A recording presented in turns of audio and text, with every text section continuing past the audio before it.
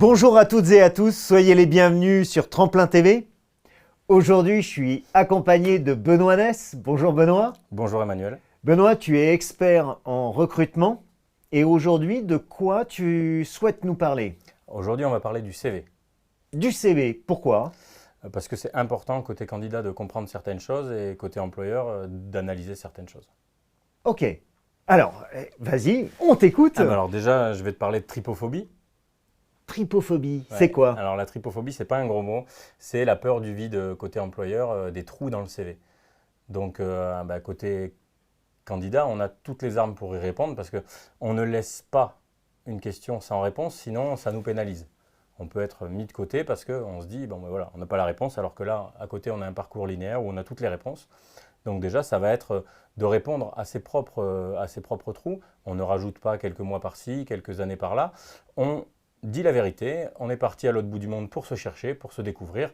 Et donc du coup, pendant un an, on est allé voyager autour du monde en couple, avec des amis ou seul pour voir qui on était vraiment.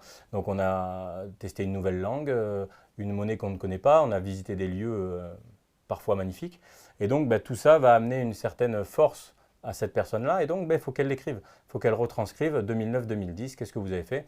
Je suis parti me découvrir à l'autre bout du monde et aujourd'hui j'ai des forces de caractère que je ne connaissais pas, que j'ai su sortir en moi.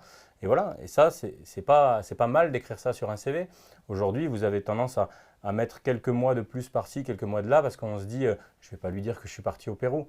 Alors que lui-même est peut-être parti au Pérou, ou alors c'est un pays qu'il a toujours rêvé de voyager, dans lequel il a toujours rêvé de voyager. Et donc, voilà. Alors j'entends, tout le monde n'a pas la chance de partir au Pérou ou d'aller chercher à l'étranger. Quelqu'un qui, par exemple, vivrait une rupture très difficile ou qui expérimenterait le deuil ou la maladie longue, ça crée un trou dans son CV. Comment est-ce que ça, elle l'explique? Exactement.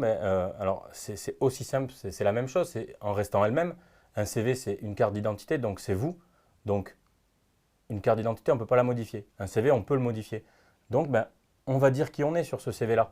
Parce que c'est une carte d'identité. Ça ne servira pas à faire le choix final, forcément. Mais c'est la porte d'entrée. Donc, c'est la porte d'entrée chez le recruteur, chez l'employeur en direct. Donc, c'est mettre, voilà, 2009-2010, encore une fois, je reprends ces dates-là. J'ai aidé un membre de ma famille à quitter cette vie parce qu'il était en longue maladie et je me sentais d'être à ses côtés.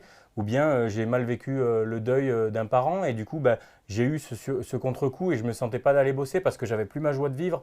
Je savais que j'allais pas donner mon énergie. Ou bien tout simplement une rupture difficile, comme tu as pu le dire.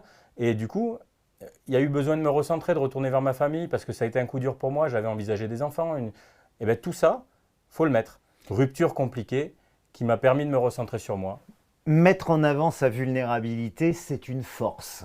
Moi, je le Oui, préconise et je le dis toujours en prise de parole, mais du coup, tu es en train de le dire que dans un CV, il faut aussi l'afficher. c'est ça. Ne pas avoir peur de montrer qui on est, tout simplement. Si on est accepté tel qu'on est le premier jour, On le sera pour toujours. voilà, la relation, elle est d'entrée affichée. Et donc on sait, c'est exactement comme dans un couple, si on ment à la personne sur une consommation excessive d'un produit ou sur notre nature vraiment dans certaines situations, tôt ou tard, ça va revenir. Et c'est là qu'on Ah sera ouais. jugé pour notre mensonge. D'accord. Et côté employeur, qu'est-ce que tu préconises alors de regarder en priorité sur un CV? Alors côté employeur, une fois qu'on a fait le tour des compétences et des outils que la personne maîtrise, il va falloir se concentrer sur les hobbies et le sport. Pourquoi, hein? Alors pourquoi les outils, les hobbies et le sport? Parce que peut-être qu'au sein de notre entreprise ou nous-mêmes, en tant qu'employeur, on partage le même sport que cette personne ou les mêmes passions. Et du coup, en gros, ça va être une porte d'entrée à la discussion. Et admettons que cette personne-là n'ait pas toutes les compétences, mais qu'elle pratique le même sport que trois collaborateurs déjà en poste. On sait que si elle est dans une bonne relation de travail, si elle est dans un bon endroit et qu'elle peut discuter de ce qu'elle aime avec les gens en règle générale, tôt ou tard, elle se sentira bien. Et du coup, les compétences, elle va les apprendre. Ça va se faire tout seul. Donc, ce que tu préconises, c'est à travers les hobbies et le sport, c'est de pouvoir les afficher côté candidat, de bien les lire côté employeur, parce que c'est ce qui va permettre quelque part de créer le lien dans l'entreprise entre les différents facteurs humains, quoi. C'est ça. Dans un CV, il y a beaucoup de choses sur lesquelles il faut faire attention et sur lesquelles on peut travailler. Mais le sport et les passions, ça va être sans le vouloir, une trace de qui on est et c'est peut-être une porte d'entrée pour une discussion, pour casser une barrière et pouvoir rentrer plus facilement dans une entreprise.